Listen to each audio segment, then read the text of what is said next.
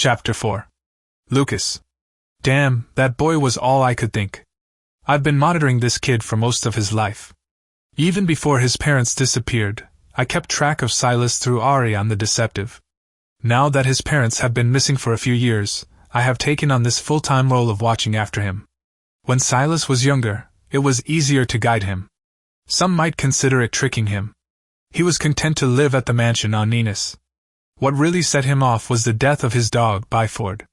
Giant Schnauzers didn't live as long as other breeds, and Byford was full-grown when Sam introduced him to the family.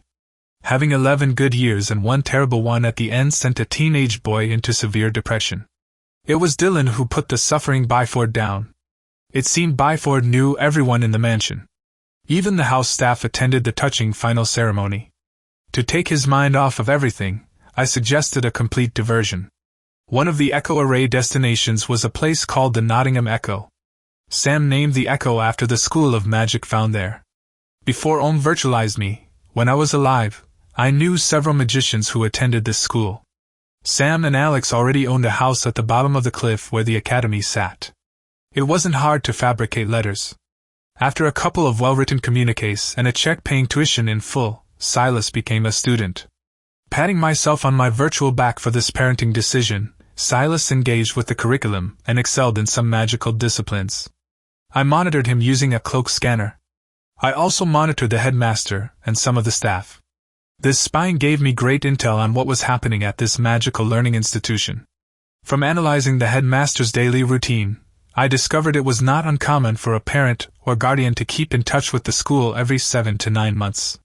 Using the same timing, I issued my own correspondences. Silas made new friends, with his best friend being Davy Thompson, whose family lived in Transylvania. They shared a dorm room along with a few other mates. The dorms were certainly not co-ed, with the boys housed on one side of the school and the girls on the other. Classes were co-ed, as well as lunch and dinner. As an artificial intelligence analyzing this cultural system, I concluded they were doing an okay job living up to their end of the bargain.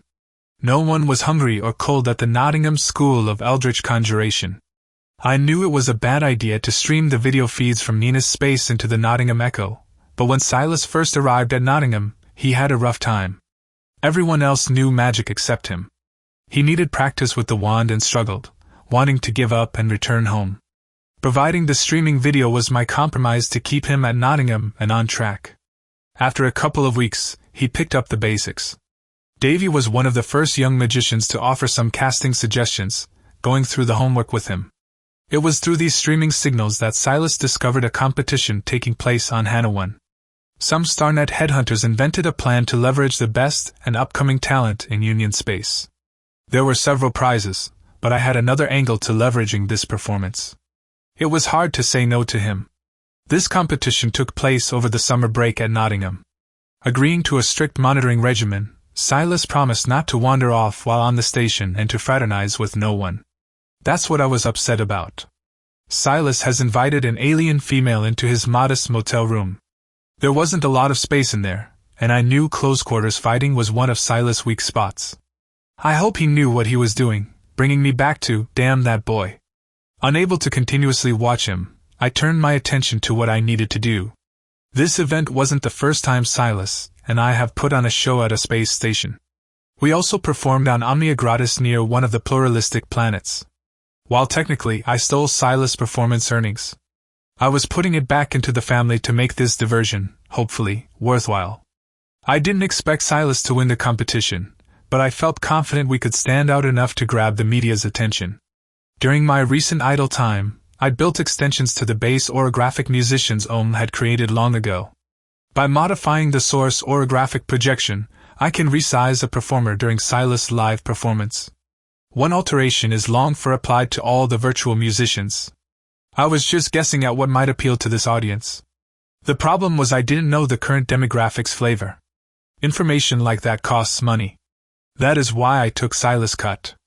To run this scam, I needed local digital space station credits.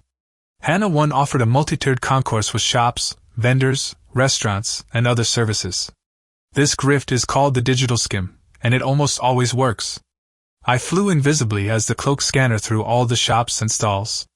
Most of them used the same device issued by the station for logging financial transactions.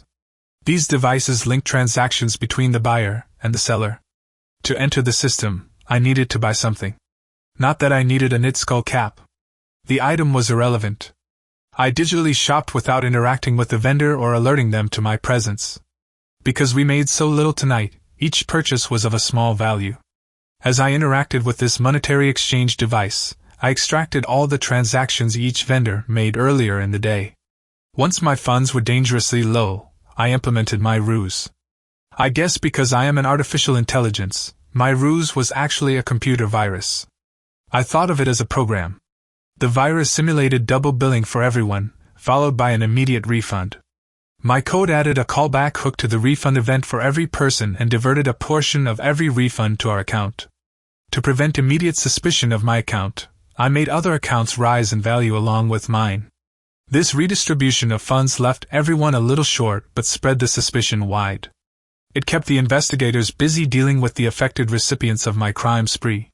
With a tenfold increase in my investment, I moved on to phase 2 of this deception and headed to the casino. It wasn't uncommon to gamble remotely on this space station. HANA 1's design didn't support public atmospheres for the various gas breathers in the StarNet Union.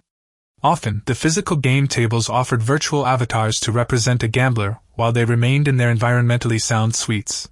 Deciding it might be wiser to rob the gamblers than the house, I spent some time casing the room. Many games were physical, like slot machines, roulette wheels, and cards. The various alien cultures offered other virtual gambling diversions. These are what intrigued me because of my lack of physical form. I was the ghost in the machine and sought to exploit that advantage to its fullest. Using a similar technique of installing an event callback into some gambling kiosks, I picked out one chump who would act as my fund carrier. He was a gregarious Benurian making his rounds from game to game. I transferred my callback skimmed winnings to his account. Deciding that one patsy wasn't enough to hide my crime, I found a few other marks to whom I funneled my illegal winnings. Once investigators discovered my crime, my marks would face scrutiny first. By then, I hoped Silas and I would be on our way and off the station. This skimming went on for several hours, and I roamed the casino looking for more guests to participate in my illegal deception. After locating the casino's surveillance room, I discovered the funds room, where accountants estimated winnings and losses over the last 15 minutes. That was my window of opportunity. Once I had several patsies accumulating casino funds, I robbed their accounts at the top of the 15-minute window before heading to my next destination. So far, so good. I converted the 27 credits Silas earned at the Go-Go Bar into several thousand station credits. I know it seemed cliché, but I made my way to the lower decks to obtain less reputable services. What I sought wasn't immoral or technically illegal, but having it would leave Silas where he needed to be at tomorrow's competition. There was only so much I could discern by listening and observing. I noticed other orographic information dealers hanging out in this space. What set me apart was my mobility. Others conducted their covert espionage using lackeys carrying a projection device. Emulating one of the most common display types, I altered my orogram to look more like a typical miscreant. After a few small payouts, I found my way to a lounge. Several scantily clad Vasconian women and a couple of burly Benurians surrounded this Sonlia mammal. The first thing I noticed was his tail wasn't docked, which meant he probably operated in criminal circles. Appearing before him in my orographic form brought the burly Benurians to attention as I said, "I'm looking for truck." "Blast pipe send me." The female sitting on the floor before him offered several snickers at my statement as the furry cat-like human said, "You've found him." "I'm truck." "I need some information on the trends of today's youth," I said. This request caused his gaggle of females to erupt in all-out laughter and drew a smile across Truck's face as he raised his hand to calm them and said, "Now, what makes you think I'd know anything about that?" "Station sources say you're the one to talk to," I replied. "Your multiple social media presences dominate the introsphere. Your word is gold." "If my word is gold, how do you plan on paying?" Truck asked. "I have station credit," I said with a smile. "It's a lot easier to move around than actual gold." "What do you want me to say, and who do you want me to say it about?" Truck asked as we got down to business. "I'm not looking for an endorsement," I replied. "I'm looking for a prediction about tomorrow's contest. I'm shocked that you'd think I'd use my popularity to influence the outcome of an honest competition, Truck said as he touched his chest to emphasize his innocence. I'm not seeking any influence, only what is currently trending, I said.